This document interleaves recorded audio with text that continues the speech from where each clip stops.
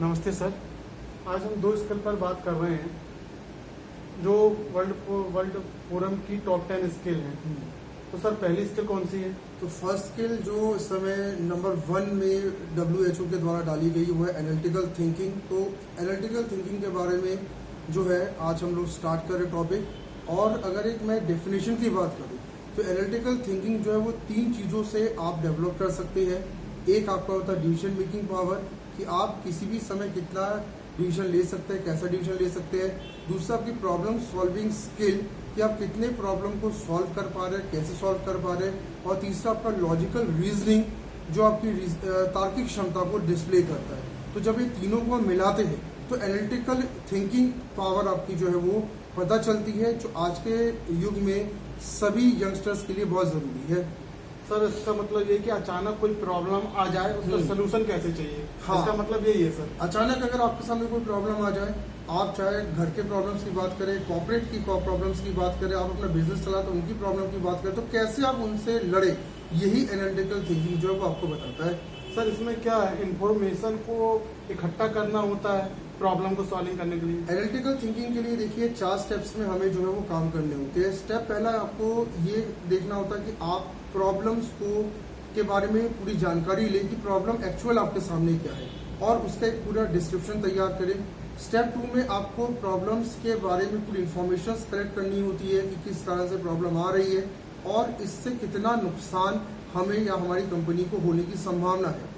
Third step में हम उस प्रॉब्लम को सिस्टमेटिकली सॉल्व करने के पॉलिसीज बनाते हैं, प्लान्स बनाते हैं और उनको 1 बाय 1 एग्जीक्यूट करने का एक तरीका बनाते हैं। और चौथे स्टेप में हम उस सोल्यूशन को जो हमने बनाया है उस सोल्यूशन को हम अप्लाई करते हैं और उनके रिजल्ट्स को हम चेक करते हैं कि वो हमारे अनुसार आ रहे हैं कि नहीं आ रहे हैं। सर ये फ्यूचर को दिखाती है कि ये थिंकिंग की अपने फ्यूचर को संभाल के रखना वाली एक ये स्किल है। हाँ, डेफिनेटली एनालिटिकल थिंकिंग आपके फ्यूचर से संबंधित ही है, क्योंकि जो भी प्रॉब्लम करंट में आप अराइज देख रहे हैं उसके इम्पैक्ट को फ्यूचर में अगर आपको कंट्रोल करना है तो analytical thinking is the best method to control it. Sir इसमें एक उदाहरण ये भी हो सकता है कि कोविड हुआ, अब कोविड कैसे हुआ, पहले किसको हुआ, बाद में किसको हुआ, फिर डाटा इकट्ठा किया, फिर इसमें क्या सुधार कर सकते हैं, ये भी एक एनालिटिकल थिंकिंग विश्लेषण करने के हिसाब से देखा जा सकता है। डेफिनेटली कोविड जो एक करंट सिनेरियो में सबसे बड़े प्रॉब्लम के रूप में आपके सामने आ रहा है, तो इसको जो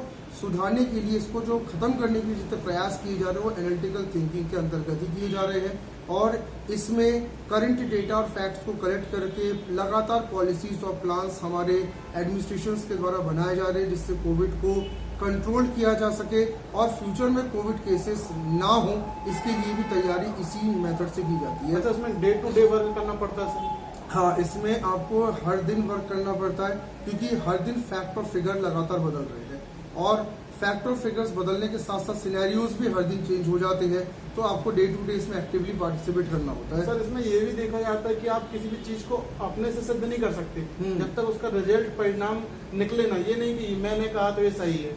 देखिए क्या होता है कि इसमें किसी व्यक्ति विशेष या किसी एक्सपर्ट विशेष की राय तो चल नहीं सकती है, इसमें केवल चल सकती है तो करंट सिनेरियो के हिसाब से आपकी राय को सही या गलत किया जा सकता है। तो इसमें आपके करंट सिनेरियोज के हिसाब से आपके जो फैसले हैं वो ज़्यादा महत्वपूर्ण है। सर इसमें ऑब्जर्वेशन का भी बहुत महत्व है। हाँ, ऑब्जर्वेशन का डेफिनेटली महत्व है और बहुत सारे ऐसे अधिकारियों को नियुक्त भी किया जाता है कॉर्पोरेट्स के द्वारा या हमारी सरकारों के द्वारा, जो लगातार स्थितियों को ऑब्जर्व करती है और ऑब्जर्व करने के बाद रिजल्ट्स को जनरेट करने के लिए पॉलिसीज और प्लान बनाने में हेल्प भी करते हैं अपने मैनेजर्स और हेड लेवल सीईओज का। इसका रिजल्ट तभी निकलता है जब डाटा आपके पास पूरा इकट्ठा होता है और डाटा करेक्ट भी होना चाहिए। अगर आपके पास फॉल्स डेटा अगर आपके पास है तो आपका जो प्लान्स एक्शंस बनेंगे वो भी गलत बनेंगे और रिजल्ट्स भी डेफिनेटली गलत आएंगे। सर इसमें अपने आप को आप इम्प्रूव करते हो? हाँ, इसमें ये रहता है कि आप अपने आप को इम्प्रूव करते हैं क्योंकि आपको एक एक्सपीरियंस हो जाता है उस सिचुएशन से लड़ने का। तो अगर उस सिचुएशन से भी वर्स्ट सिचुएशन आपके सामने आए तो डेफिनेटली आप ज़्यादा बेटर तरीके से उसको मैनेज कर सकोगे। सर इसमें आप अपने आप से सवाल पूछते हैं, ऐसा भी देखा गया है हाँ थिंकिंग में। हाँ, इसमें ये रहता है कि एनालिटिकल थिंकिंग में, क्योंकि आपको अपने एक्सपीरियंस, अपने जो विचार, आपकी जो सोच है वो बड़ा महत्व रखता है। तो आप एक इंटरनल टॉकिंग्स में खुद से भी आप बात करते हैं कि हम किस तरीके से इंटरनल डिसीजन ले सके किसी प्रॉब्लम के बारे में। सर और इस थिंकिंग के बारे में आपके पास जो इन्फॉर्मेशन है थोड़ा आप विस्तार से बताइए। हाँ देखिए, मैं ये एनालिटिकल थिंकिंग को इसलिए world health organisation, world forum के द्वारा मेन माना गया है, क्योंकि आने वाले समय में पूरी की पूरी जो हमारी पॉलिसीज है वो फैक्ट्स और फिगर बेस्ड होंगे। तो आने वाले समय में चाहे आप आर्टिफिशियल इंटेलिजेंस की बात करें, चाहे आप किसी एक बिजनेस की बात करें, चाहे आप कोई बड़े प्रॉब्लम को सॉल्व करने की बात करें या सॉल्यूशंस बनाने की बात करें, आपको एनालिटिकल थिंकिंग के द्वारा लगातार फैक्ट और फिगर के द्वारा सॉल्यूशंस बनाने पड़ेंगे। तो कमिंग जो फ्यूचर है वो टोटली एनालिटिकल थिंकिंग पर बेस्ड है, और इस प्रोसेस को हमारे यूथ को बहुत जल्दी अपने दिमाग में परफेक्ट करना ही पड़ेगा। यानी किसी भी प्रॉब्लम से निकलना है तो आपको ये विश्लेषण की थिंकिंग रखना ही पड़ेगी। हिंदी में शुद्ध भाषा में विश्लेषण हाँ। करना कहा जाता है। हाँ, तो विश्लेषण की ताकत को आपको तेज रखनी पड़ेगी, और विश्लेषण में भी सही विश्लेषण आपको करना पड़ेगा, क्योंकि अगर आपने विश्लेषण गलत कर दिया तो आप परिणाम भी गलत ही देंगे। सर इसी के साथ एक और थिंकिंग, जो अपन ने दो थिंकिंग की बात या दो स्किल की बात करने की कही थी, एक प्रॉब्लम सॉल्विंग स्किल है, उसके बारे में क्या कहेंगे सर? देखिए, प्रॉब्लम जो है वो एक्चुअली एक ऐसा फेज होता है लाइफ का जिसमें आपके पास तुरंत कोई हल या सोल्यूशन नहीं रहता, तो वो आपके लिए प्रॉब्लम बन जाता है। लेकिन अगर आप सोल्यूशन जनरेट करते तो वो प्रॉब्लम ना रह के मात्र एक सिनेरियो बन के रह जाता है।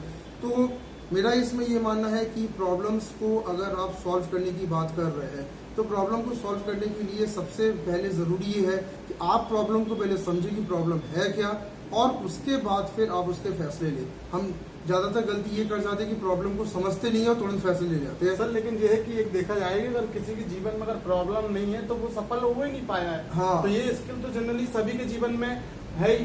भाई गलती नहीं होगी तो सीखोगे। ऐसा कोई शहंशाह नहीं रहा, कोई राजा नहीं रहा, कोई बड़े बड़े जो राजनेता हैं महान उपाधि प्राप्त हुई, महानायक, ऐसी कभी किसी ने गलती ऐसी की ना हो कि हर कोई गलती करता ही है। तो ये स्किल तो बहुत इम्पोर्टेंट है। देखिए, जिंदगी में गलती और प्रॉब्लम्स तो सबके आती है, और अगर आप गलती नहीं कर रहे, अगर आप प्रॉब्लम से एक बार भी फेस अपने लाइफ में नहीं किया, तो आपके अंदर वो स्किल्स डेवलप हो ही नहीं सकते जिससे आप अपने कैरियर में ऊंचाई को छुए। तो बहुत जरूरी है स्किल को डेवलप करने के लिए कि प्रॉब्लम्स आप फेस करें और आप जो है गलतियां भी करें। सर एक उदाहरण भी है कि एक अंडा रहता है चिड़िया का, उसको बच्चा, वो बच्चा निकलता नहीं है तो एक छोटा सा बच्चा उसको निकाल देता है, उसकी मदद कर देता है, लेकिन वो चिड़िया का बच्चा 1-2 दिन बाद खत्म हो जाता है। तो उससे ये सीख मिलती है कि अगर वो बच्चा 1-2 हफ्ते उसी अंडे में रहता और अपने पैर, अपने पंख फड़फड़ाता और वो निकलता, मतलब खुद प्रॉब्लम सॉल्व करता, तो आगे आगे सफल होता। तो ये बहुत अच्छा उदाहरण है सर। हाँ, डेफिनेटली बहुत अच्छा उदाहरण है। एक जानवर भी अपने प्रॉब्लम को खुद सॉल्व करता, तभी उसके बॉडी इतनी मजबूत होती है कि वो फ्यूचर के चैलेंजेस को एक्सेप्ट कर सके, क्योंकि इस दुनिया में सबसे मेन चीज चैलेंजेस ही है, चाहे वो इंसान हो चाहे जानवर हो। तो आपको अपनी बॉडी को, अपने सोल को, अपने माइंड को तभी आप मजबूत कर पाएंगे जब आप खुद प्रॉब्लम को सॉल्व कर सके। सर अभी सुनने में आया कि प्रॉब्लम स्किल 11 लेवल की है। आर्थिक प्रॉब्लम है, किसी को शारीरिक प्रॉब्लम है, किसी को बहुत सी ऐसी प्रॉब्लम है। मतलब 11 प्रॉब्लम अभी अपने इंडिया में देखी जा रही है, वर्ल्ड में देखी जा रही है। ऐसा क्या, यानी सभी अलग अलग, किसी को एजुकेशन की प्रॉब्लम है, हाँ, किसी को हर प्रकार की प्रॉब्लम रहती है। तो प्रॉब्लम्स देखिए, हर देश के, हर शहर के, हर राज्य के प्रॉब्लम्स के अलग अलग रहते हैं, और व्यक्ति विशेष के लाइफ में भी ध्यान रखिएगा प्रॉब्लम्स बहुत अलग अलग रहते हैं। पर इन प्रॉब्लम्स को सॉल्व आपको स्वयं को करना है, और जल्दी इन प्रॉब्लम से बाहर निकलना पड़ेगा, क्योंकि अगर प्रॉब्लम रह जाए तो आपका फ्यूचर स्पॉइल हो सकता है। ये बहुत बड़ी खतरा रहता है। तो जिस भी प्रॉब्लम से आप गुजर रहे हैं, उस प्रॉब्लम को एनालाइज करके जल्दी उस प्रॉब्लम से निकलने के तरीके आपको देखने पड़ेंगे, जिससे आपका फ्यूचर स्पॉइल ना हो और फ्यूचर आपका गोल्डन रहे। ये सभी चाहते हैं। सर ऐसा भी कहा जाए जिसकी जिंदगी में प्रॉब्लम नहीं है वो कहीं कहीं ठहरा हुआ इंसान है। हाँ, अगर प्रॉब्लम आपकी लाइफ में नहीं, अगर आपकी लाइफ में चैलेंज नहीं, इसका मतलब ये है कि आप तो कुछ कर भी नहीं रहे होंगे। आप टोटली घर में बैठे हैं, आप घर से बाहर निकलते नहीं हैं, आप समाज से, अपने देश के किसी भी कार्य में हाथ नहीं लगाते हैं। तो अगर आप कुछ नहीं करते तो डेफिनेटली प्रॉब्लम होगी नहीं आपको। और प्रॉब्लम ना होना इट मीन्स आप एक स्टैंड बाय पोजिशन में खड़े हैं, जो आपके लिए और जो बड़ा घातक सिद्ध हो सकता है। सर प्रॉब्लम आने पे यूथ फेल हो जाता है, इसका कारण मैं ये मानता हूँ कि उनको कोई समझाने वाला नहीं मिलता, ऐसा भी अपन कह सकते हैं।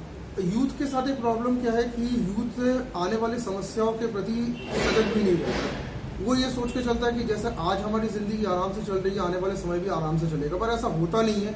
आपकी जिंदगी में बिना बोले प्रॉब्लम कभी भी आ सकता है, जैसे कोविड ने हमें दिखा दिया। और प्रॉब्लम इतना डेंजरस भी हो सकता है कि पूरी मैकेनिज्म फेल हो सकता है।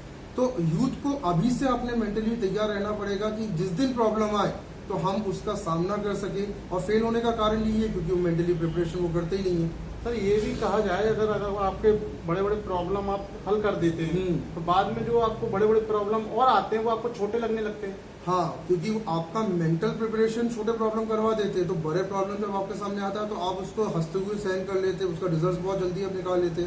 और हमारे जितने भी बड़े महान जो व्यक्तित्व हमारे बीच से गए हैं, उनकी लाइफ के प्रॉब्लम्स को उन्होंने बड़े आसानी से इसलिए सॉल्व किया क्योंकि उनके लाइफ में प्रॉब्लम्स को शुरू से उन्होंने हल किया, तो बड़े प्रॉब्लम्स में वो कभी घबराए नहीं। सर एक चीज और कहेंगे, प्रॉब्लम को अपन प्रॉब्लम के नजरिए से ना देख के कि जिंदगी के एक उतार चढ़ाव और ये होना ही है, इस तरीके से देखें तो क्या ये गलत होगा?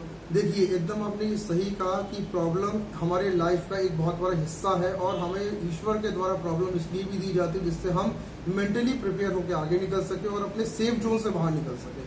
तो हम तो ये कहते हैं कि भाई प्रॉब्लम्स होना बहुत जरूरी है और प्रॉब्लम ही एक्चुअली आपको वो एजुकेशन देता है जो कोई भी यूनिवर्सिटी, स्कूल या कॉलेज आपको नहीं दे सकता है।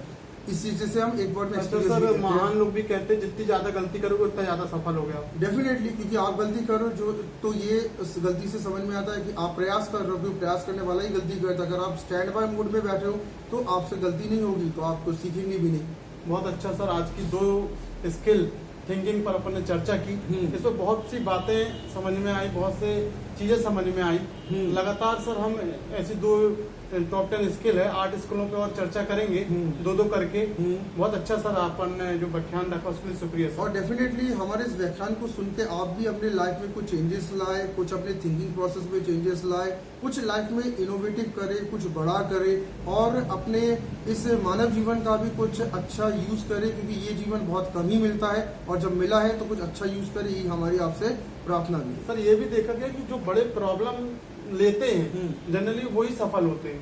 देखिए, आज जितने भी सक्सेसफुल पर्सन्स आज आप देख रहे हैं, भले वो बहुत कम है दुनिया की आबादी के मुकाबले, पर ये सारे पर्सन्स कहीं ना कहीं बड़े प्रॉब्लमेटिक कंडीशन से उठे और अकेले प्रॉब्लम को सॉल्व किया और सॉल्व करते करते आज उस मुकाम में पहुंच गए जो कईयों का ड्रीम होता है।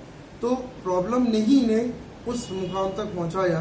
तो बड़ी जरूरत है कि प्रॉब्लम मैनेजमेंट आपकी लाइफ में प्रॉपर हो। अच्छा सर, कहा भी जाता है कि आप 1-2 प्रकार के आदमी बन सकते हैं, या आपके द्वारा कहानी लोग लिखें या आप खुद अपनी कहानी दूसरे लिखें या आप खुद अपनी एक कहानी लिखें।